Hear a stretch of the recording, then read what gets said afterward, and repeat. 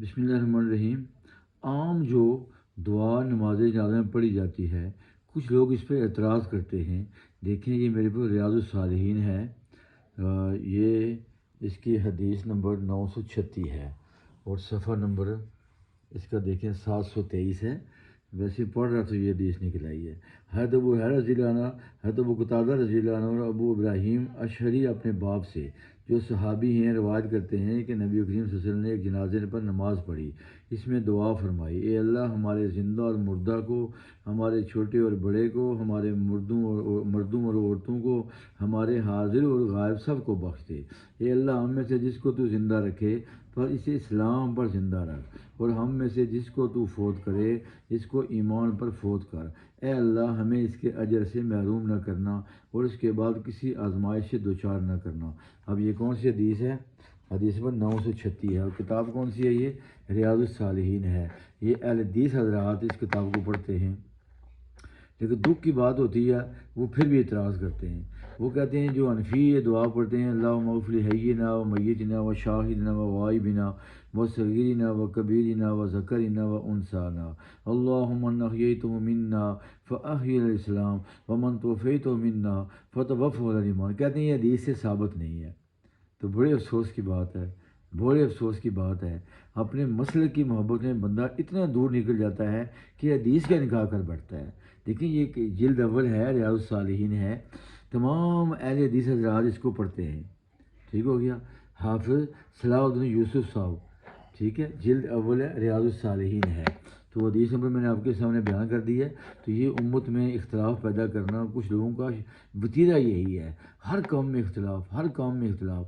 یہاں جو اہل حدیث ہیں وہ اونچی آواز سے نماز جنازہ پڑھاتے ہیں، لیکن حیرت کی بات ہوتی ہے کہ مکہ اور مدینہ کے اندر جو نماز جنازہ ہر نماز کے بعد مکہ میں نماز جنازہ حرم میں ہوتی ہے، اور مسجد نبوی میں ہر نماز کے بعد نماز جنازہ ہوتی ہے، اور وہاں کوئی دعا اونچی نہیں کی جاتی۔ اب یہ اہل حدیث وہاں جاتے ہیں تو وہاں یہ اونچی آواز سے نہیں پڑھتے، جو ان کے پیچھے ان کو نماز جنازہ پڑھنی پڑتی ہے۔ تو اس طرح کے اختلافات سے ہمیں بچنا چاہیے۔ دیکھیں، حدیثوں میں چیزیں موجود ہیں، جب موجود ہیں تو پھر اعتراض کا کیا مسئلہ ہے؟ صرف ہمارے ملک میں یہ مسئلہ ہے، ہر فرقہ اپنی پسند کی چیزیں لیے بیٹھا ہے۔ تو یہ ریاض الصالحین میں نے بتا دیا ہے، صفحہ نمبر بتا دیا ہے، حدیث نمبر بتا دیا ہے۔ تو خدا کے لیے یہ امت میں اختلاف ڈالنے کی کوشش نہ کیجیے۔ امت کا ایک بڑا طبقہ اس دعا کو پڑھتا ہے: اللہم اغفر لحینا و میتنا۔ تو میں امید کرتا ہوں کہ کم سے کم اختلافات کیے جائیں گے، دین میں اختلافات نہیں پیدا کرنے چاہیے۔ چند لوگ جو ہیں، یہ چند لوگ، مٹھی بھر لوگ جو ہیں، وہ کہتے ہیں یہ حدیث ہی نہیں ہے، اور یہ آگے لکھا ہوا ہے یہ حدیث بھی صحیح ہے، امام بخاری کے جو شرائط ہیں اس پر یہ حدیث ہے، آپ اس کے اندر خود اس کا مطالعہ کر لیں۔ میں نے اس کا صفحہ نمبر بتا دیا ہے، اور اس کی حدیث نمبر بتا دی ہے، اور یہ سامنے کتاب کا ٹائٹل ہے، جلد اول ہے۔ تو جو لوگ اختلافات میں پڑھتے ہیں ان کو پڑھنے رہنے دیں۔ دیکھیں، سخت بری بات ہے اختلاف میں پڑھنا، بہت بری بات ہے۔ یہ یہاں پہ ایک حدیث نہیں ہے، کئی حدیثیں یہاں پہ وہ لائے ہیں۔ تو جو دل آپ کا پڑھے، دوسروں پہ اعتراض کرنے کا کوئی مقصد نہیں ہے۔ وَاعْتَصِمُوا بِحَبْلِ اللَّهِ جَمِيعًا وَلَا تَفَرَّقُوا۔ سب مل کے اللہ کے رسی کو مضبوطی سے تھام لو اور آپس میں تفرقہ مت کرو۔ تو مکہ اور مدینہ میں آپ جائیں تو وہاں نماز جنازہ بلند آواز سے نہیں پڑھائی جاتی، آہستہ پڑھائی جاتی ہے، جیسے یہاں پہ امت کا بڑا طبقہ جن کو کہتے ہیں جی یہ فقہ یہ امام حنیفہ نے نکالی ہے، لاہور ہر بات ادھر ہی گھسیٹ کر لے جاتے ہیں، یہ دین امام حنیفہ کا دین ہے۔ تو یہ جو ریاض الصالحین ہے یہ امام حنیفہ نے لکھی ہوئی ہے، اس کے اندر میں نے حدیث نمبر بیان کر دی ہے۔ تو بچیں اختلافات سے، اختلاف اللہ کو قطعی پسند نہیں ہے، اللہ کے نبی نے اختلاف کو پسند نہیں کیا۔